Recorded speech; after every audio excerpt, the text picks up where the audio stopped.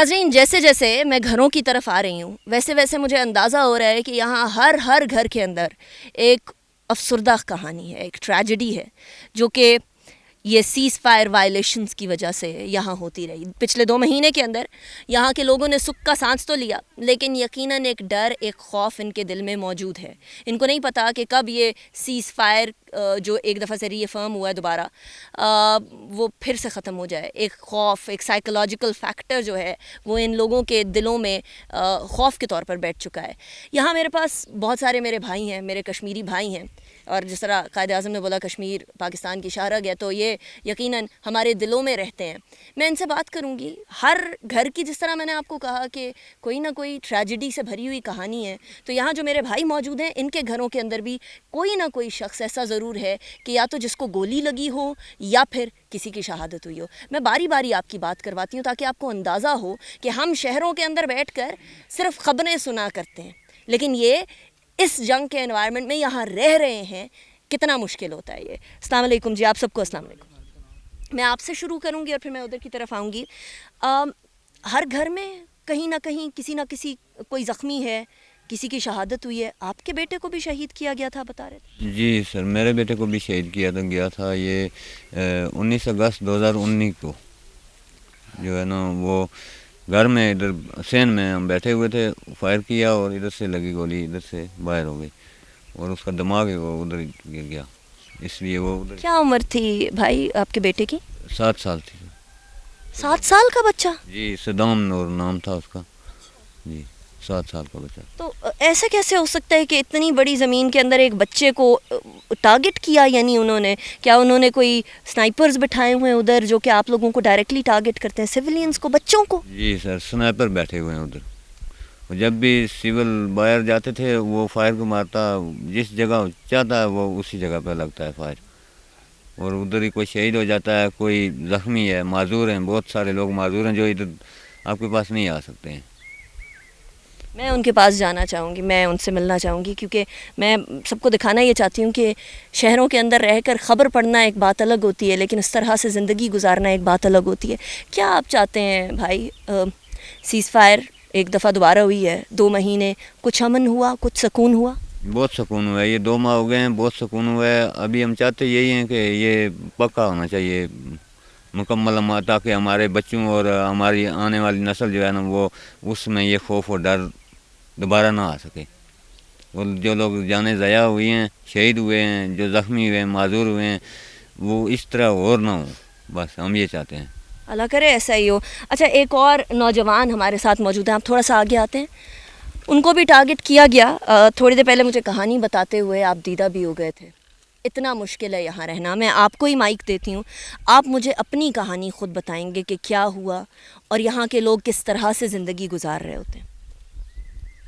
السلام علیکم۔ میں بتانا چاہتا ہوں کہ بھارتی فائرنگ کی وجہ سے ہمارے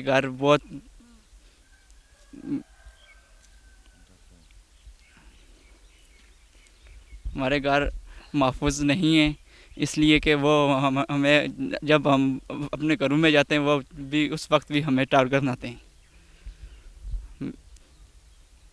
آپ اپنی کہانی بتائیں۔ جب میں اپنے گھر میں اپنے ڈور سے انٹر ہو رہا تھا، بھارتی فائرنگ بھارت نے میرے پہ فائر کیا اور میری ٹانگ پہ لگی، ایک ٹانگ سے لگی، ایک طرف سے لگی، دوسری طرف سے باہر ہو گئی۔ میں یہ بتانا چاہتا ہوں کہ مسئلہ کشمیر کو اٹھایا جائے۔ ہمارے بھائی ادھر زخمی ہو رہے ہیں، شہید ہو رہے ہیں، دشمن شہید کر رہے ہیں۔ ہم اپنے گھروں میں سے دوسرے گھر میں نہیں جا سکتے تھے۔ اللہ کا شکر ہے کہ فائر بندی ہو گئی۔ بس، اللہ حافظ۔ Thank you. میرے ساتھ آپ نے پہلے ان کی کہانی سنی۔ ہر کشمیری کا دل اس طریقے سے آپ دیدہ، جس طرح یہ میرے بھائی یہاں رو پڑے، الفاظ کم پڑ جاتے ہیں۔ اتنی انسانی حقوق کی پامالی ہوتی رہی، ڈائریکٹ سنائپر فائرنگ کی جاتی رہی لوگوں کے اوپر، لوگوں کو، سویلینز کو، بچوں کو، مویشیوں کو ٹارگٹ بنایا جاتا رہا۔ پچھلے 2 مہینے کچھ امن ہوا ہے۔ میرا یہ مطالبہ ہے بھارت سے بالخصوص اور ایون پاکستان سے بھی کہ یہ سیز فائر وائلیشنز جو ہوتی رہیں، اس کا پرماننٹ سیز فائر کا کوئی بندوبست کیا جائے، کیونکہ دو ممالک کے آپس میں لڑائی میں یا دو ممالک کے آپس کے ٹسل میں جو کشمیر کے خوبصورت لوگ ہیں ان کا خیال رکھنا سب سے ضروری ہے. ان کی زمین پر تو شاید بھارتیوں کی نظر ہے، لیکن کشمیریوں کا کیا حال ہو رہا ہے اس کے اوپر بھارتیوں کی بالکل نظر نہیں ہے. یہاں ہمارے ساتھ ایک اور بزرگ ہیں، ان کو بھی اسی طریقے سے نشانہ بنایا گیا سنائپر کا. ان سے بھی بات کرتے ہیں. السلام علیکم. وعلیکم السلام. میرا نام محمد اعظم ہے. میں ضلع ڈسٹرکٹ پونچھ عباس پور تحصیل عباس پور پولس گاؤں کا باشندہ ہوں. 1996 میں میرے والد کو شہید کیا گیا. کنٹرول لین کے اوپر اپنے گھر میں بیٹھے تھے، انہوں نے ٹارگٹ کیا.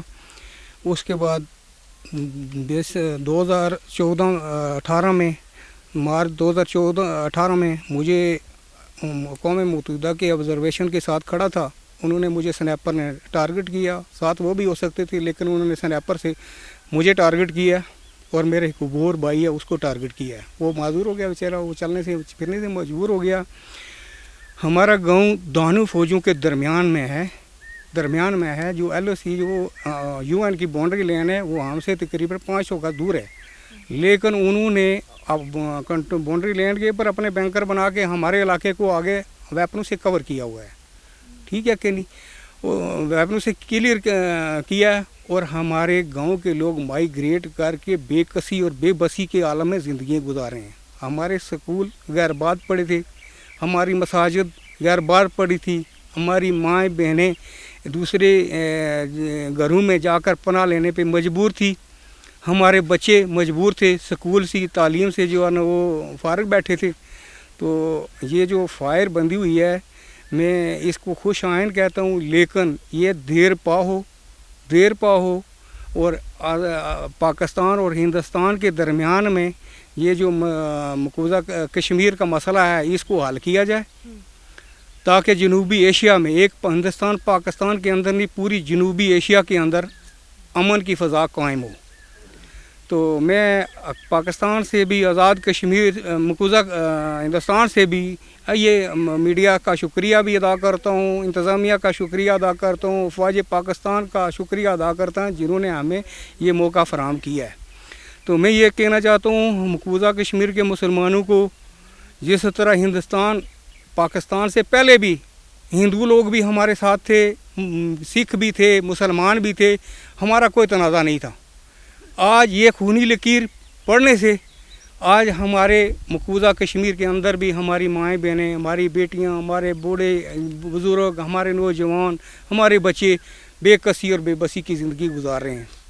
تو میری یہ گزارش ہے کہ جو ہے نا یہ دفعہ 370 اور 35 کو منسوخ کر کے جو انہوں نے منسوخ کر کے یہ کیا تھا اس کو بحال کر کے دفعہ 144 کو ہٹا کے ان لوگوں کو زندگیوں میں امن قائم کیا جائے. اور ہندوستان کے اندر جو مقبوضہ کشمیر ہے اور آزاد کشمیر کی قیادت کو شامل کر کے کشمیر کی رائے شماری کر کے جو ہے نا یہ جنوبی ایشیا میں امن قائم کیا جائے تاکہ یہ ایک انسان کا قتل پوری انسانیت کا قتل ہے. تو ہندوستانی فوج کے اندر تو انسان کی جان اور انسان اس طرح ہیں جس طرح درندے بھی ہیں، جانوروں کو نہیں معاف کرتے ہیں، کتوں کو معاف نہیں کرتے ہیں، تو وہ کس طرح کے انسان ہیں. میں اس کے اوپر فل زور مذمت کرتا ہوں کہ جو ہے نا یہ آئیں ٹیبل کے اوپر بیٹھیں، ٹیبل کے اوپر بات کریں بجائے بندوق کی نوک پہ نہیں بلکہ زبان کی نوک پہ، قلم کی نوک پہ بات کریں، اس کا حل نکالیں. یہ بزرگ نے بڑی ضروری اور بڑی پتے کی بات کی ہے جو کہ شاید بھارت کے سب سے ٹاپ پہ بیٹھنے والے لوگوں کو بھی سمجھ نہیں آ رہی ہے کہ بندوق کی نوک کے اوپر تو کوئی غنڈہ بھی بات کر لیتا ہے، لیکن قلم اور زبان کے زور سے مسائل کو حل کرانا ہی عقل مندی ہوتا ہے. اور یہ صرف آزاد جموں و کشمیر کے لوگ نہیں، مقبوضہ جموں و کشمیر کے لوگوں کا بھی یہی جو ہے وہ ڈیمانڈ ہے تمام لوگوں سے. آئی ہوپ یہ کسی طریقے سے سالو ہو سکے معاملہ، کیونکہ کب تک جنگ میں رہیں، کب تک امن کا انتظار کریں. شاید یہ ہم عام لوگوں کو ہی بات اٹھانا پڑے گی اور آواز اٹھانا پڑے گی.